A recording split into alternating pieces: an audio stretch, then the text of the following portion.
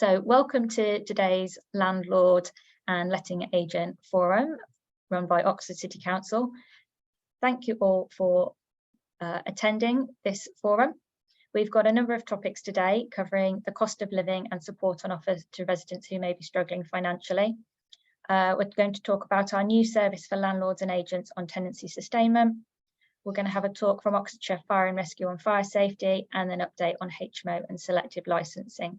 So I'm going to hand over to Alexa and Leanne.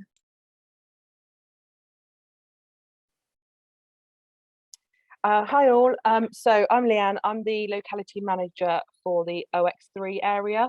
If you do have residents or tenants in the other areas, there is a locality manager for each quadrant across the city. So if you have any concerns, I'll be able to forward those on for you. And I've got with me Alexa. Yeah, hi, I'm Alexa Bailey. I am the locality support manager for the OX4 Lees area, also leading into Cowley, as Leanne stated, but the information we're giving you today is citywide, so it doesn't exclude any of your tenants. So as an introduction, we're just going to talk you through what we have done so far, the continued work we're planning to do around the cost of living, a brief sort of intro into what the Household Support Fund is and how it can help residents in Oxford, your tenants specifically, the food system support, communication and questions at the end.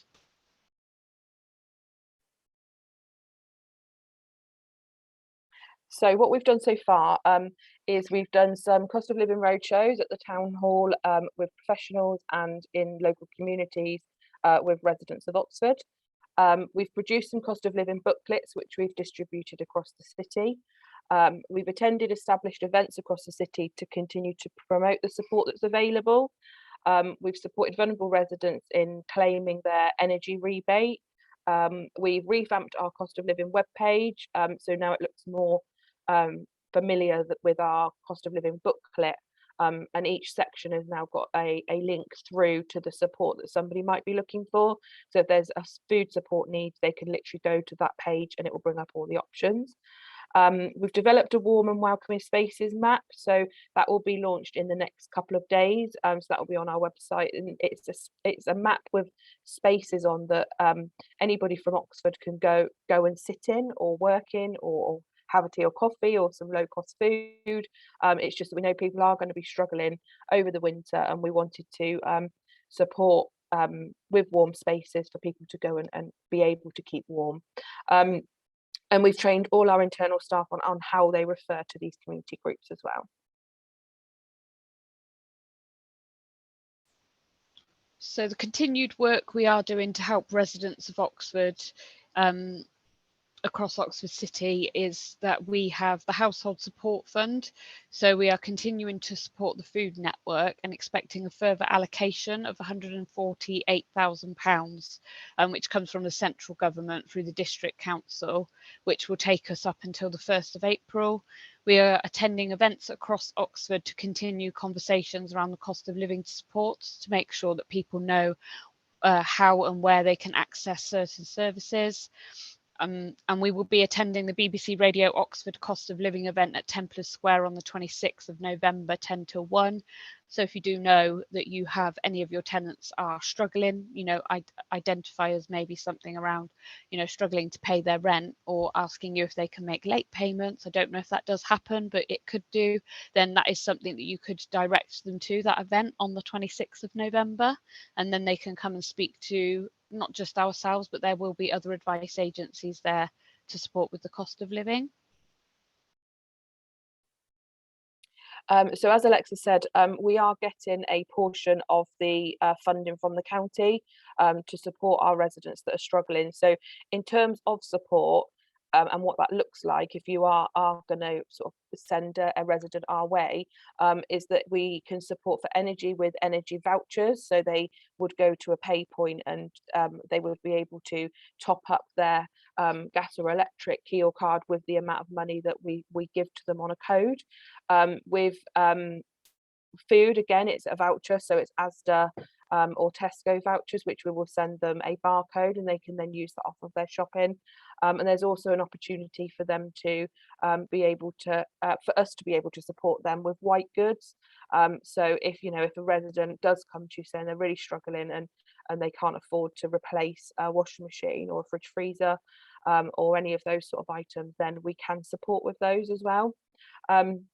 We done some work at the end of the last batch of funding that we had, and it was to support pensioners. So we knew that pensioners from our data weren't sort of coming forward to get support from us, but we knew they would be struggling. So we used our social prescribers and our internal teams and data that we have to reach out to those people and help them and get them some support. So we'll be doing that again this time round with the funding that we've got. And we know there's some diverse communities that don't come forward, and again our pensioners that don't reach out to get that support, so we'll be doing a lot of work on reaching out to those as well.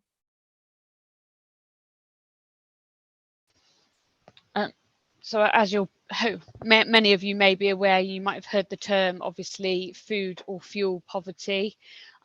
So one of the things is that we are trying to promote and that you may find useful for any of your residents, if you do know that they are struggling at all, is that there is a food system out there that can support people.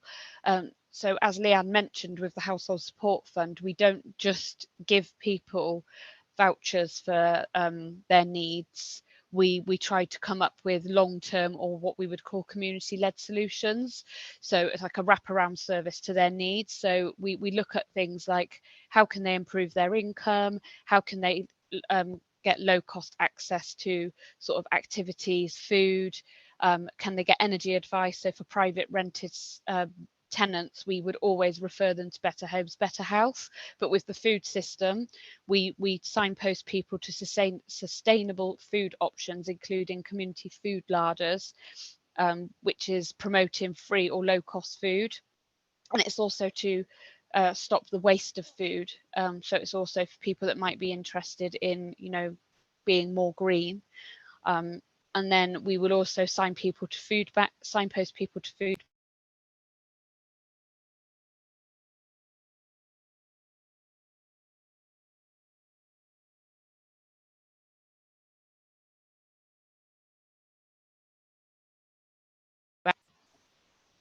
As Leanne said, we do provide food vouchers.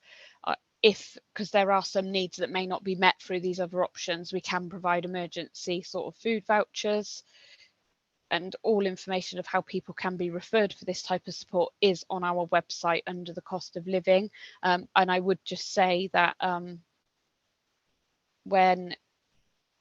when people need this support, it isn't just Oxford City Council that they can contact on the main customer service number, which is 249811.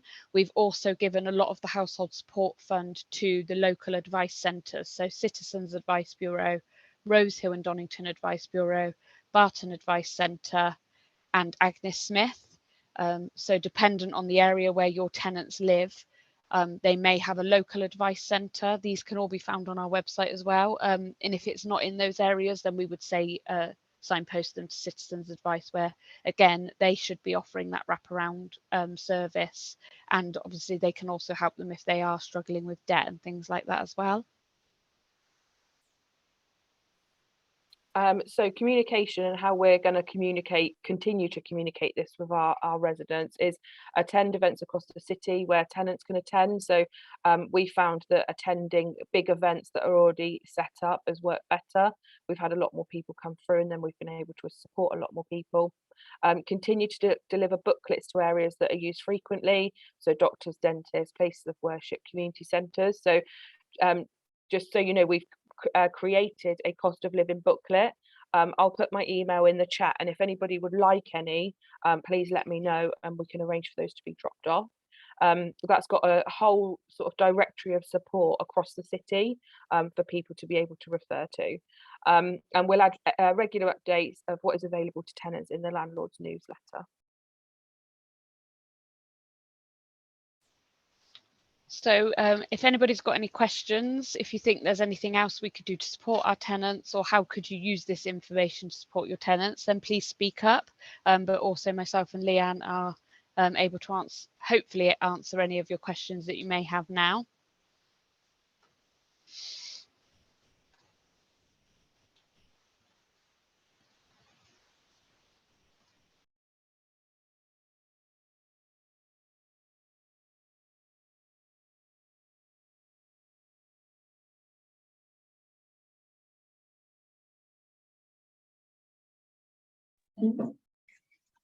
Okay, thank you, Leanne and Alexa. I can't see any questions in the chat, so we'll just move on to the next presentation, which is Vicky from our tenancy sustainment team. Let me just.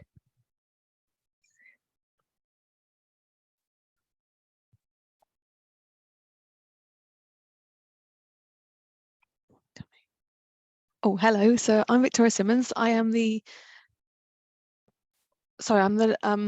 landlord mediation officer for Call Before You Serve.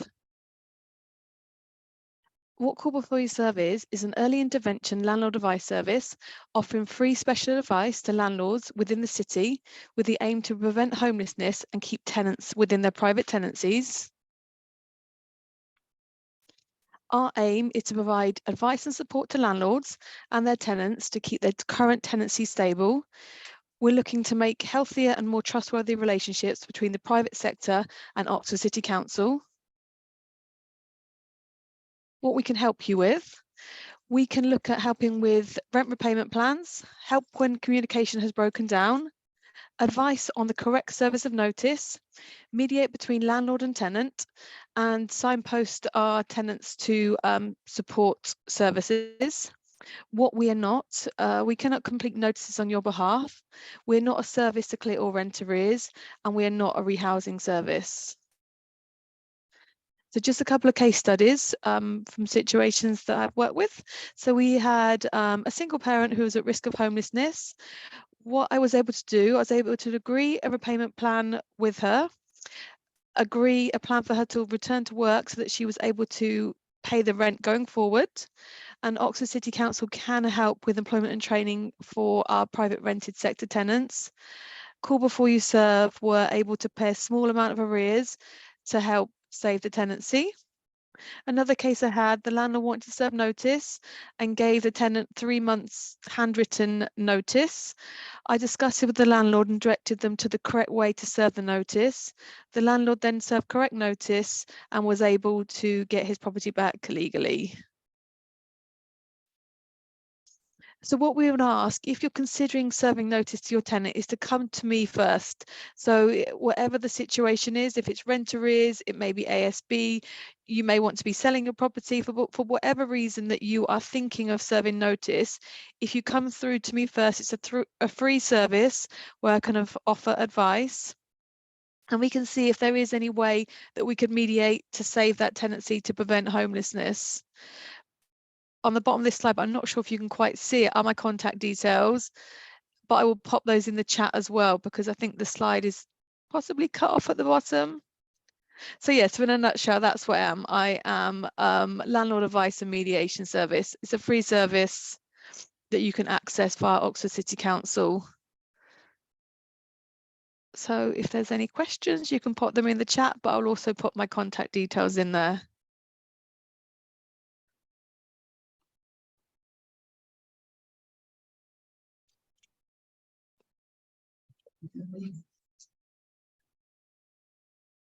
Okay, so I can't see any questions on the chat. So what we're going to do is move on to the presentation with the fire service. So hopefully Justin is here and able to share his screen.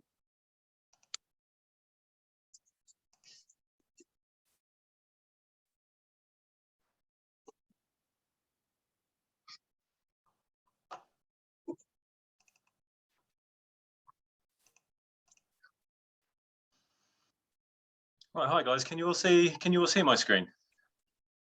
Yeah.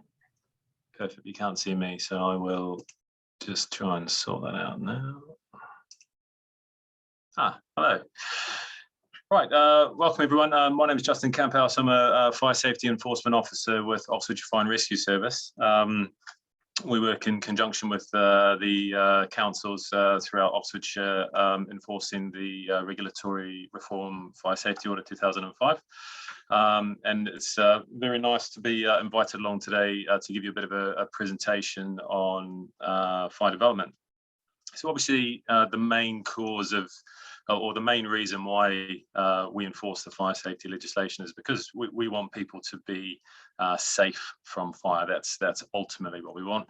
Obviously, we've had some pretty nasty tragedies with regards to fires in the UK, not just over recent years, but throughout. You know, there's a lot of history within the UK on you know, on fire fatalities in various buildings throughout the country over the years. So our primary role is to inspect properties. That does include HMOs in conjunction with the local authority to make sure people are, make sure buildings are up to code and make sure people are safe ultimately. So let's look at fire development. So I think for landlords or for managing agents that are doing inspections on properties, we need to, the ultimate rule of thumb is, if you all remember from school, the fire triangle. Okay, now ideally,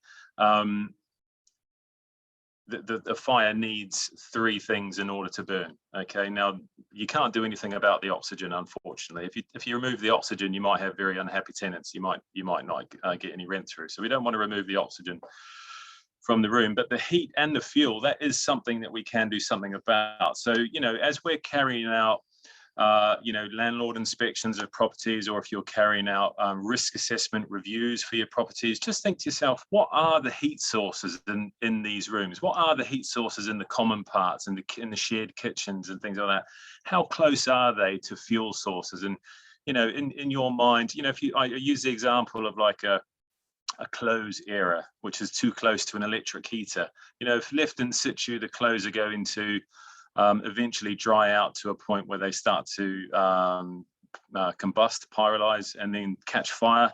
And then all of a sudden we've got a problem. So that's the sort of thing I'm talking about. Are they cleaning out the toaster crumb tray? And, you know, all those sorts of things that could potentially cause an issue. And they're all actually quite good questions to ask as a landlord, just to make sure that people are towing the line and keeping the building safe.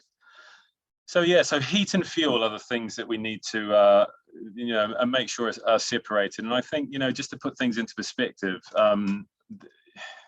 for something to burn, and it will become evident in the video that I show you in a minute, but we need, in order for something to cause us a problem, or for something to, you know, to the point where we're looking at it going, oh, I don't really feel comfortable about that. You need to think about, is there potential for that heat source that you're looking for? Is there potential for that heat source to change the state of that fuel source from a solid to a gas and continue to burn? For example, these receipt papers that I find on my desk, they're not mine, but I'm sure they're probably important. If I held up a lighter, a naked flame from a lighter to these receipts, and then put them down on my desk in front of me, you know, would the rest of the office get up and run out screaming, you know, because the place is going to burn down? The answer is no. The lighter does have enough energy within that flame to transfer or to change the state of this from a solid piece of paper to a gas and then continue to burn. But if I place this down on my desk, a solid wooden desk, do the receipts have the ability, enough energy inside to change the state from a solid receipt, change the state of the disc from a solid wooden disc to a gas and then continue to burn? The answer would be no, it doesn't. So therefore, when I put those risks into perspective, I would think, actually, I'm not too bothered about that. Do you see what I mean? And so it's important that you apply that sort of that process across the properties when you are doing your inspections, and hopefully it will help you to put risk into perspective. So let's look at how fire spreads then. So, you know, it's very, very important to make sure that we have working smoke alarms in all of our properties, and also where possible, working fire doors if your HMO requires them, or just in general, if you don't need specific fire doors, then doors that do close firmly into the frame. Obviously, depending on what sort of HMO you have, will be dependent on whether or not you need that or not. But I guess my point is if we don't keep doors closed, then then smoke and fire will travel through the building, and it will exploit any weaknesses that you or your tenants allow. So, for example, if we go for the argument, do I have a self-closer on my door or not, to self-close or not to self-close? Okay, there's a bit of Shakespeare for you.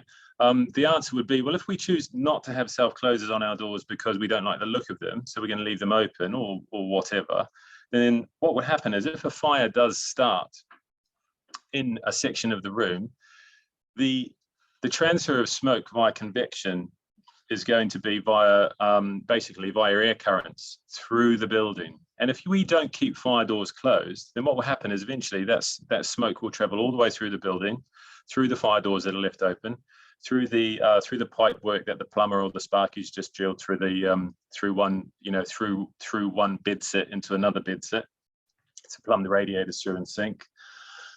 And then eventually the smoke will exploit all of that, and we will start to see the smoke heat up to the point where it starts to there's this flaming combustion within the smoke layer, and then that will actually impart enough heat to change items in the room from a solid to a gas.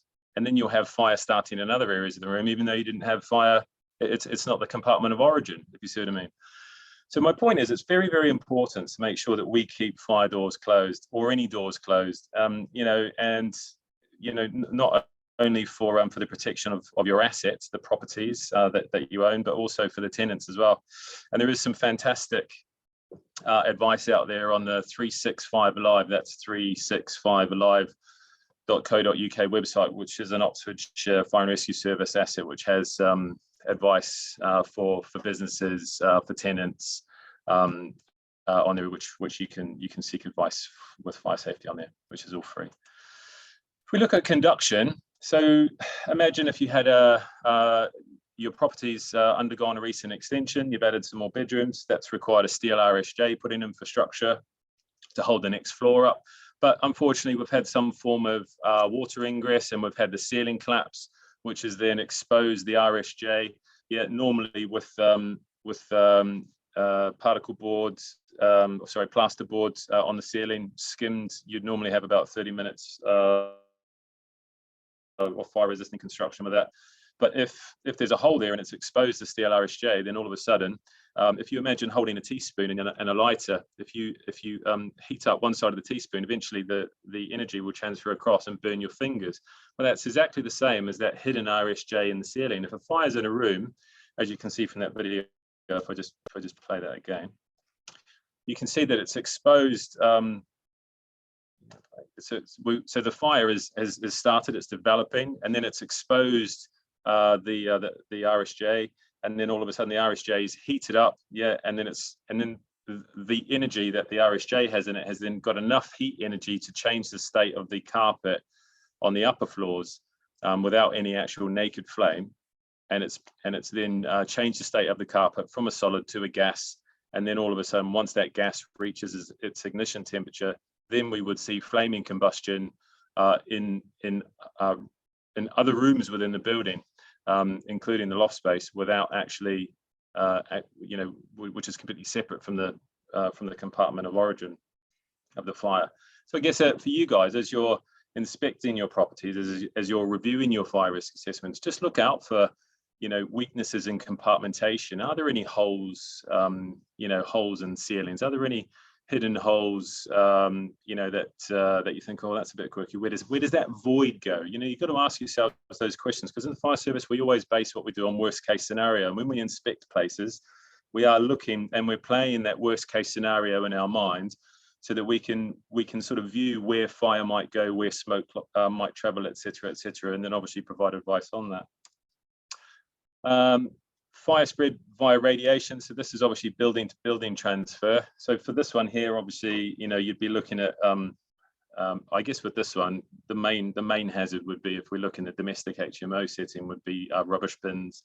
So just think about, you know, how far away, you know, your tenants are positioning the rubbish bins from the house. Are they in between two houses? Is there a possibility where, you know, you might be able to move the bins a little bit further away from the house, because, you know, stuff happens with bins. We see it all the time, especially the plastic bins. They burn very well, and I think it's just sometimes you can't do anything about it, so people build, you know, wooden structures so that there is you know, small wooden structures so that the bins are locked away, or you just move them away from the building, and it just creates that separation between the building and the actual bins. Just going back to fire doors, which again is super important. If we did have a fire develop in a compartment, if we keep fire doors closed, then that means of escape where the arrows are clear. So that means any tenants, whether they be beds at HMOs or whether or not they're single family units living in a house, shared house, you know, we want to try and keep those means of escape clear. So by having doors shut or doors on self-closes, or just in general, just educating people to say, look, it's best practice to keep your doors closed if you're not using them, then we will stop, or at least minimize the potential for that smoke to travel into those common parts. And what will happen is you'll also minimize the risk of the building burning down and losing the building completely, because we've managed to isolate the smoke into the one area. And to put that into perspective, this video here shows fire growth. Now, this is a video that was made by the fire service, and it's made in a factory. Okay, so it's all controlled, but it's designed to show you how fast fire does spread. The whole video is 2.5 minutes long, and I think, if anything, what you should take from it is the fact that there's no time. You've got no time. So because you've got no time, you must make sure that you provide people with the earliest warning possible to get out, and that means detection. You've got to have smoke detection in your properties. You can't smell smoke when you're asleep. Okay, and that's the reason why we need smoke detection in properties, so that, you know, it wakes people up whilst they're sleeping and provides that early warning. So here's the video. So it is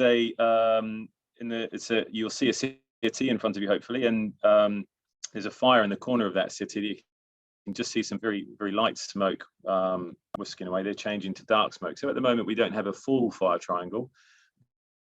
We've got a partial fire triangle. We've got oxygen and we've got heat and we've got fuel, but we don't have a lot of heat. So we're getting nasty smoke kicking off there.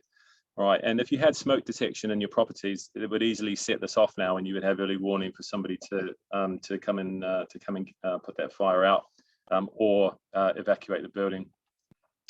So now we've got a full fire triangle on the right hand side where the flaming combustion is, and not a full fire triangle to the left hand side. You can see the difference. But what that flame is doing is basically heating up everything in the room 360 degrees, pulling oxygen in from the bottom. All right, and then delivering out nasty byproducts of combustion, which is smoke. That smoke is traveling all the way up to ceiling height, filling up the periphery of the room until it can't go anywhere else. And then once it does that, it's going to start to descend down to ground level. Now you can see the color of the smoke now. Yeah, anything bigger than that fire there, we wouldn't look for anybody to get involved in that. Okay, that's too big now. So we would expect people to shut the door to the flat and get out. Okay, the smoke detection would be sounding, and people would have early warning to evacuate and call 999. However, look at how quickly this fire is developing. Look at the smoke layer that's going on there.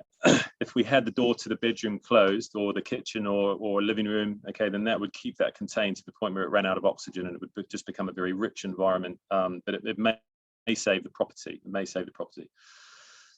As you can see, we've got some really quite thick smoke now gathering up at ceiling height. It's becoming difficult to see underneath the smoke layer, but the fire is still drawing in a lot of oxygen from around the room, heating the room up, changing the state of the items in the room from a solid to a gas, and then through pyrolysis, and they're obviously then contributing back to the fire. As we span out from the room, you'll see that there's fire-rated glass on the left and the right-hand side, and in the middle of the picture is an opening. So we've got smoke, which is exiting from that compartment under pressure. We've got air being drawn into that bottom bit there. And you'll see on the bottom there with the carpet, it looks like it's smoke that's coming off the carpet, but it's not. It's actually the carpet changing its state from a solid carpet to a gas and then recontributing to the fire. It doesn't have a lot of oxygen in there now. You'll notice that it's getting the majority of its oxygen from the outside.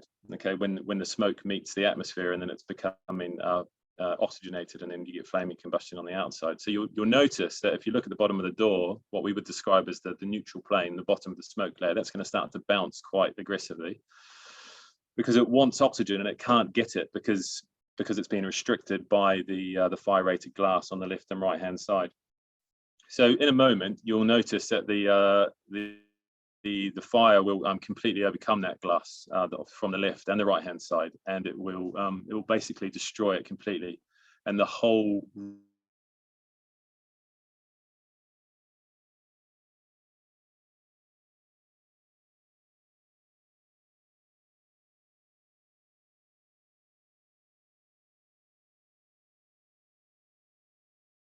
and we use this video. We've got lots of videos, to be fair, but this is one of the better ones, and we use it just to try and educate people, to show the importance of working detection, to show the importance of, you know, proper compartmentation in a building, to make sure that your compartmentation is good and up to spec, to make sure your detection is working, and that you've got integrated batteries in your smoke detectors, so that people can't, you know, steal them and put them in the remote control and stuff like that. I think those days are gone. You don't get those big square batteries anymore, but in the modern tellies. But you get where I'm going with that. And so, you know, obviously so very, very important. You know, the tenants should be making sure that that smoke alarms are tested and maintained to make sure that they work.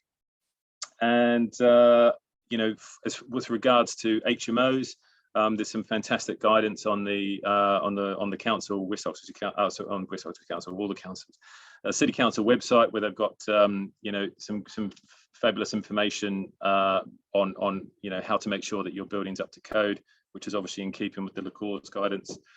And I think that's about it from me. So hopefully that's given you a small insight on fire behaviour. And I'm going to stop there. So thank you very much.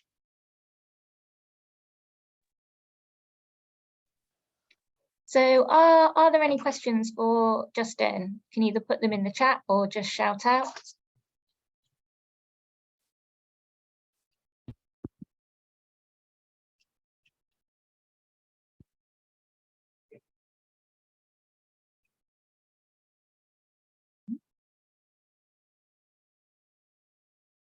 No, I don't think we've got any questions. So thank you very much, Justin. That was really, really good and insightful. No worries, thank you.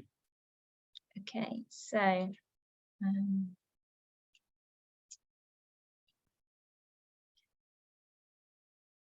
just going to go back to sharing the slides.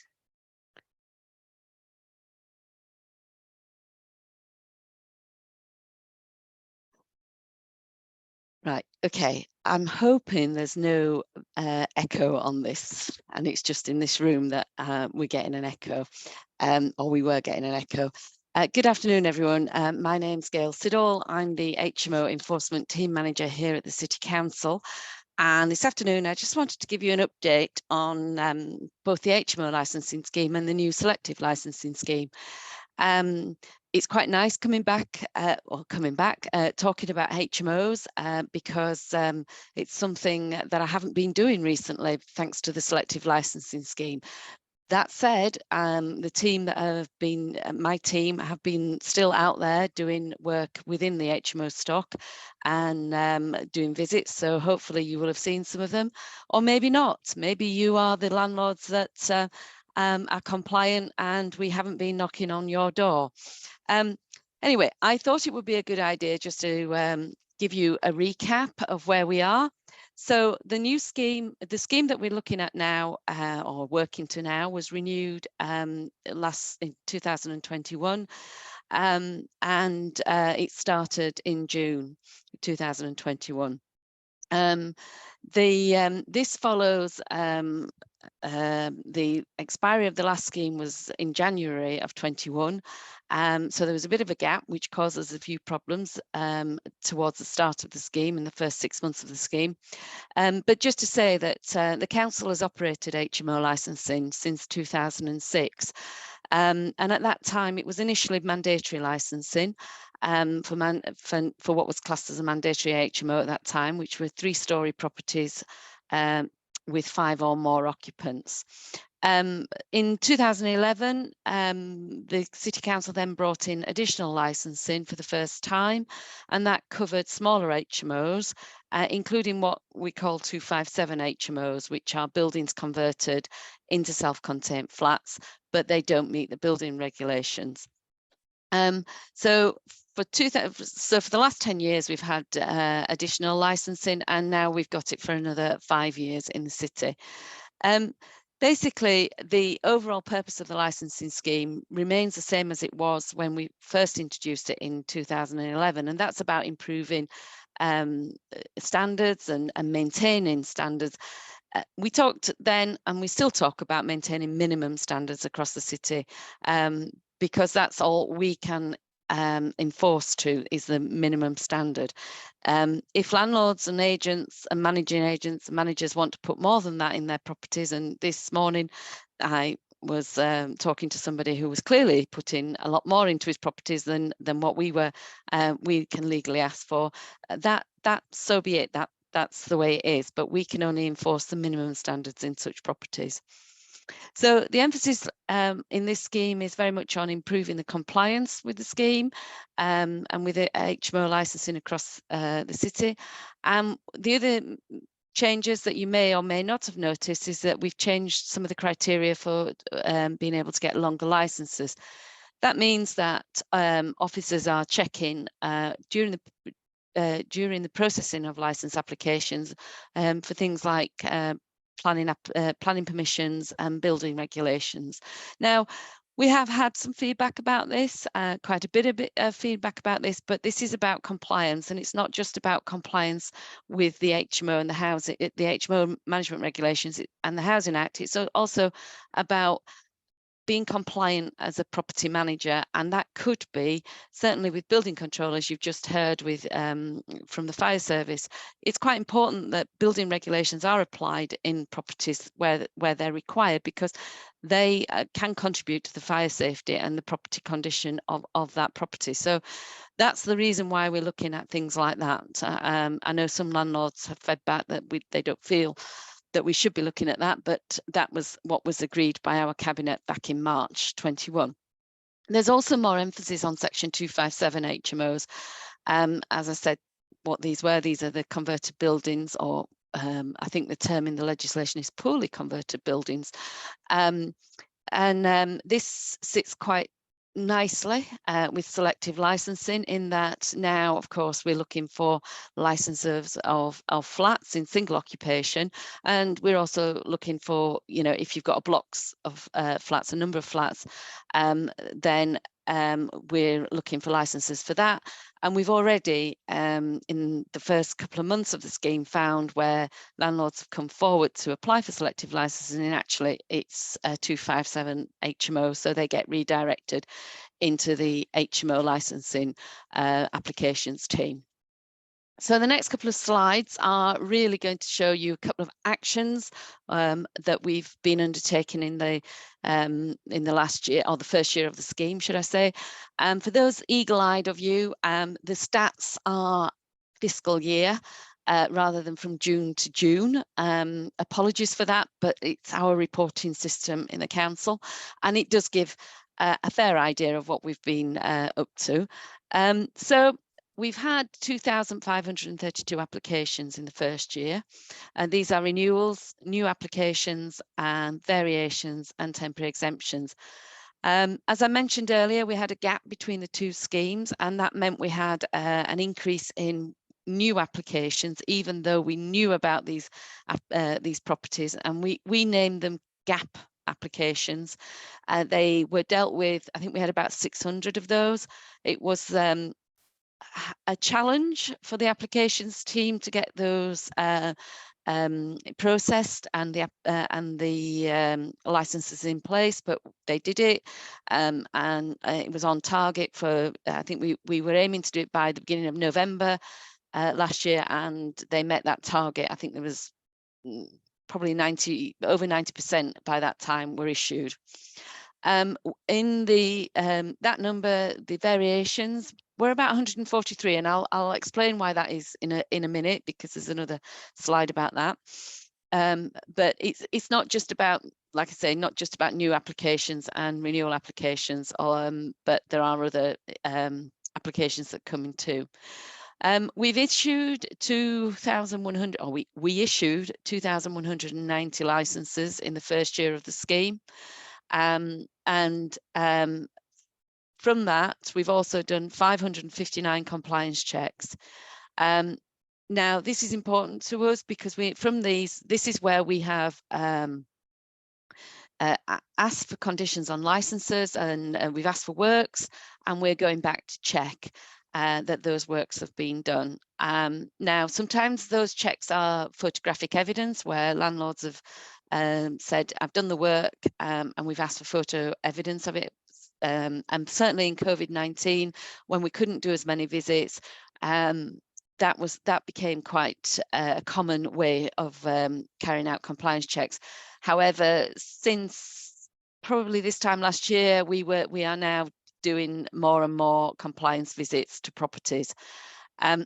So we've done 559, and the compliance rate at the moment is that 73% of the properties were found to be compliant following these compliance visits / check.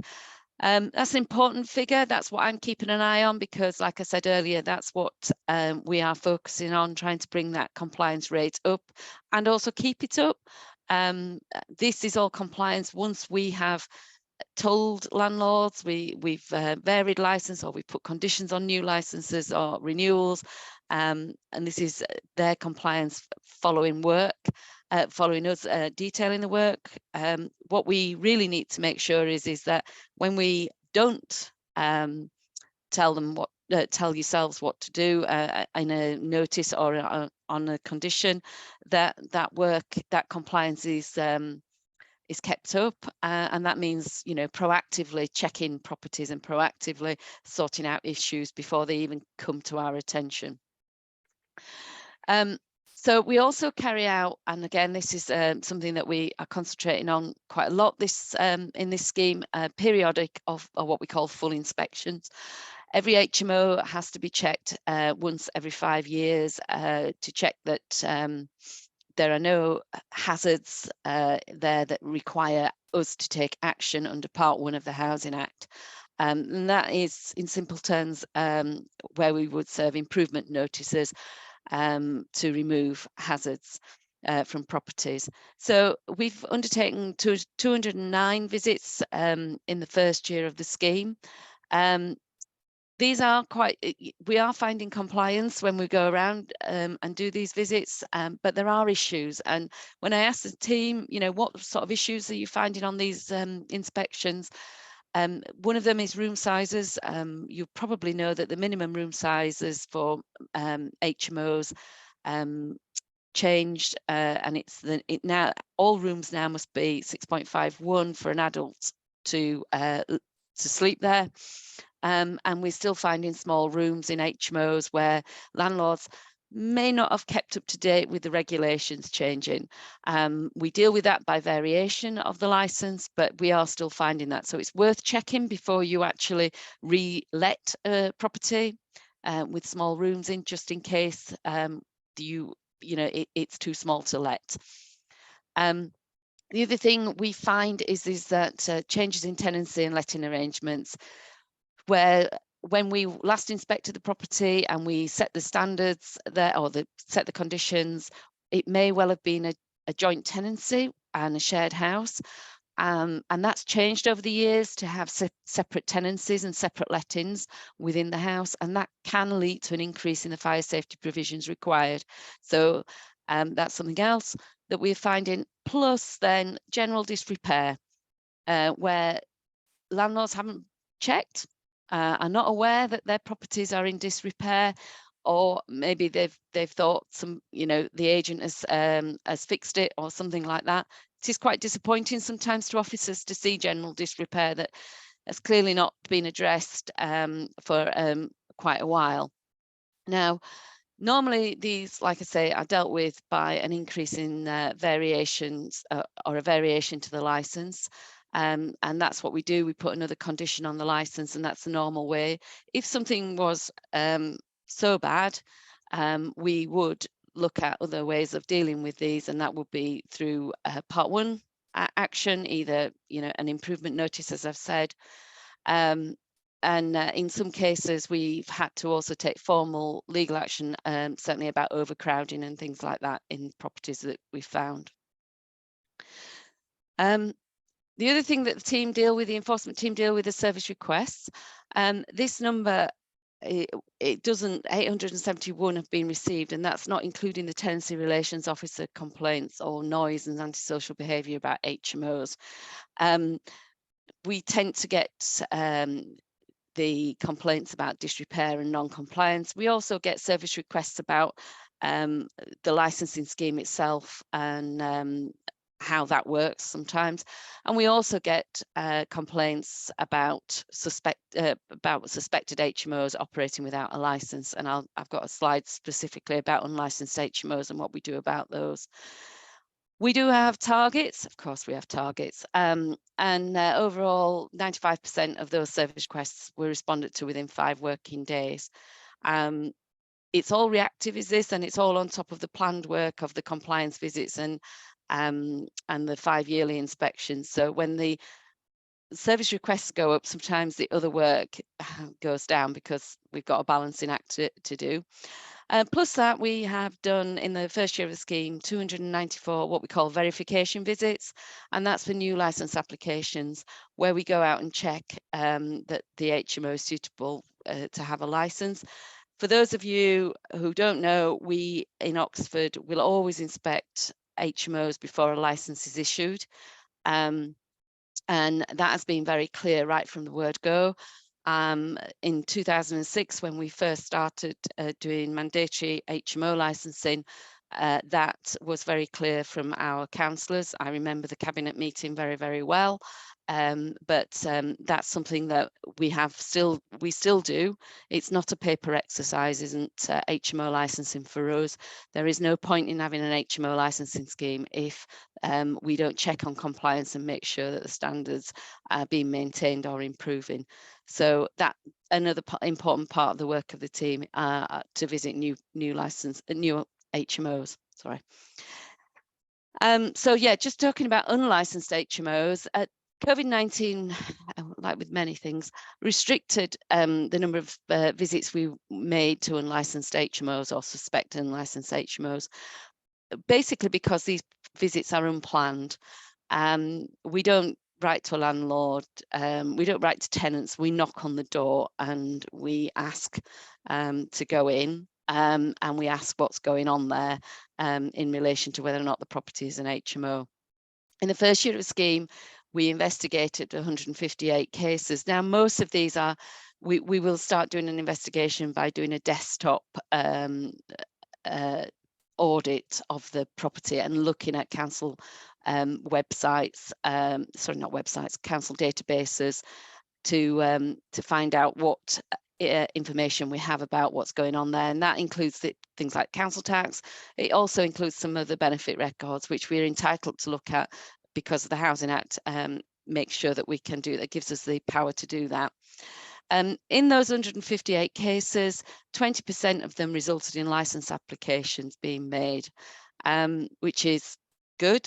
46% were found not to be HMOs. We often get complaints from neighbours and people living in the neighbourhood.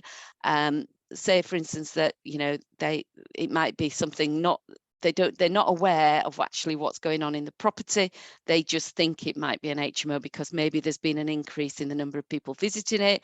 Maybe there's an increase in parking and things like that. So 40%, it doesn't surprise me that were found not to be HMOs. 14% required a future proactive check, and we will go back. We will keep checking. And especially now, because of selective licensing, these will start to form part of the work that we're going to be doing that in relation to proactive checks for unlicensed properties in that sector. So the next thing I just wanted to go over was the enforcement action. taken by the team. In the first year, we had 81 HMOs have been charged a higher renewal fee for non-compliance. For those of you who are familiar with the HMO scheme, it is designed to benefit the compliant landlord, and we do that by charging higher renewal fees where we found non-compliance, what we call a category D fee. Now, what would be great is that these are coming down in number, because that means that landlords are becoming more compliant, but we've still had 81 HMOs where they were charged a higher renewal fee. Again, another thing that I will be keeping a close eye on over the term of the scheme. We served 11 notices to remove hazards from HMOs. As I said, we check in for hazards when we're out and about, but we actually had to serve notices to remove such hazards. And we've also served 7 financial penalties. These were for 4 breaches of license conditions, 1 for HMO management regulations, 1 for an overcrowding case, and 1 for operating an unlicensed HMO. Again, it's a stepped processes, financial penalties. You know, we will warn in most cases, and we have to look at, the evidence that we have to get for these cases has got to be able to stand up in court. It's as good as what we have to go. So our legal team will look at it, as well as senior officers in the service directly. It's not just the officer deciding that, oh, I'm just going to serve a financial penalty. That's not how it works. There's a lot of checks and balances on financial penalties before they are served on landlords. We also prosecuted an agent for an unlicensed HMO in, it was just before the scheme started, actually, in April 21. And we got, I think it was 11,000 in fines and costs. Plus we obtained a county court judgment against the landlord for a financial penalty debt as well in the first year of the scheme. So selective licensing. Hopefully most of you know now that we have a selective licensing scheme, which was introduced on the 1st of September. It was approved by central government in April of this year. It has been a very, very steep learning curve for us all in the council here. We introduced a new online system for applications, and we've also got a new applications team to set up the to process the applications.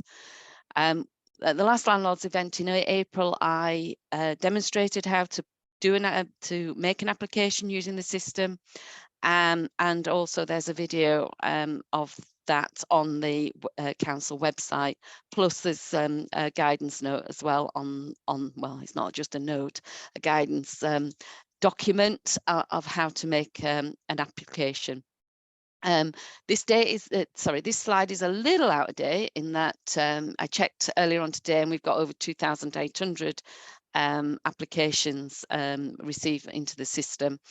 But then there's also just a reminder to everybody, if you haven't got your application in, that the early bird scheme will end on the 30th of November. The scheme was brought in to encourage landlords to apply and apply early. We want those applications in as soon as possible. So I advise everybody to make the application if you haven't done so already. The only thing there as well, just to mention, because some of you will have got agents, or there may be agents on the call. There is we agreed in the summer with our larger agents in the city that they could have a longer early bird, oh dear me, I can't speak now. Their early bird scheme could be extended to the 31st of January if they agree to a phasing system or a phasing of their applications. A number of agents have done this, so some of the agents have still got to put their applications in. So we know we've got around about 6,000 applications sitting with agents. So we thought we'd be getting around about 8,000 applications in the first, within the early bird scheme. So we're on target to get that if the agents actually get those in by the end of January. So the next steps of the selective licensing scheme are that we're in the process of issuing draft licenses, and we are now starting to receive representations which are being considered. We have had to change, or not so much change, but clarify certain areas, especially around occupancy recently, which, you know, sometimes with the representations, I think people think we ignore things that come in as representations. That's not the case. We have to consider anybody's the representations made to licenses. And in the selective licensing, it's a new scheme, and we are finding things, and we are, where we can, making amendments based on the feedback we are getting. As we do with HMO licensing as well, even though we've had HMO licensing for a number of years, although it might feel like it's a comfort blanket, there are still things that often surprise us. And if we need to change what we're doing and improve what we're doing, we will do that. We're also prioritising the applications. When they're being processed, they are being prioritised for inspection. So that is based on what's coming on the application form, i.e. if gas and electric certificates aren't there, or if there's a low score in EPC, that will receive a higher priority for inspection. At the moment, we have not started doing proactive inspections, but they will start in the new year, as will the unlicensed property searches. We will also be starting to proactively pursue these. At the moment, when we're getting complaints in normally from tenants about conditions in properties, we are now, as a matter of course, saying you must get a license, you must apply. But the next phase of this will be to proactively go out and start looking for unlicensed properties, and also to start doing the proactive inspections. In relation to fees for unlicensed properties, we, for those of you who are aware with the HMO licensing, if you've been operating an HMO for more than 12 weeks, without a license, that normally comes in as a category A license fee, which is much more expensive than just a normal new license if you if you purchased a new property, and we're using it as an HMO. The same will happen with selective licensing, where we are starting to find unlicensed properties after year 1 of the scheme. The license fee is going to go up, and it's going to be more expensive where unlicensed properties have been operating for more than 12 weeks. That's part of the scheme. It was agreed by Cabinet back in March, and it does cover the costs that we will be undertaking to get to find those properties, which do become considerable after a number of times, a number of months. So that's it at the moment for the selective licensing. Thank you for listening, and if you've got any questions, hopefully I'll be able to answer them. Thank you.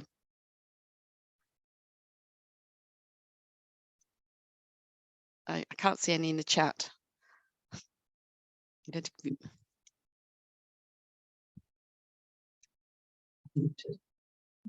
Okay, so we can't see any questions in the chat, so I don't know if anybody's got anything that they want to raise, which you can do so just by unmuting yourself and shouting out the question. I mean, we will be putting this recording on the website with the slides and some links to other information as well in relation to fire safety.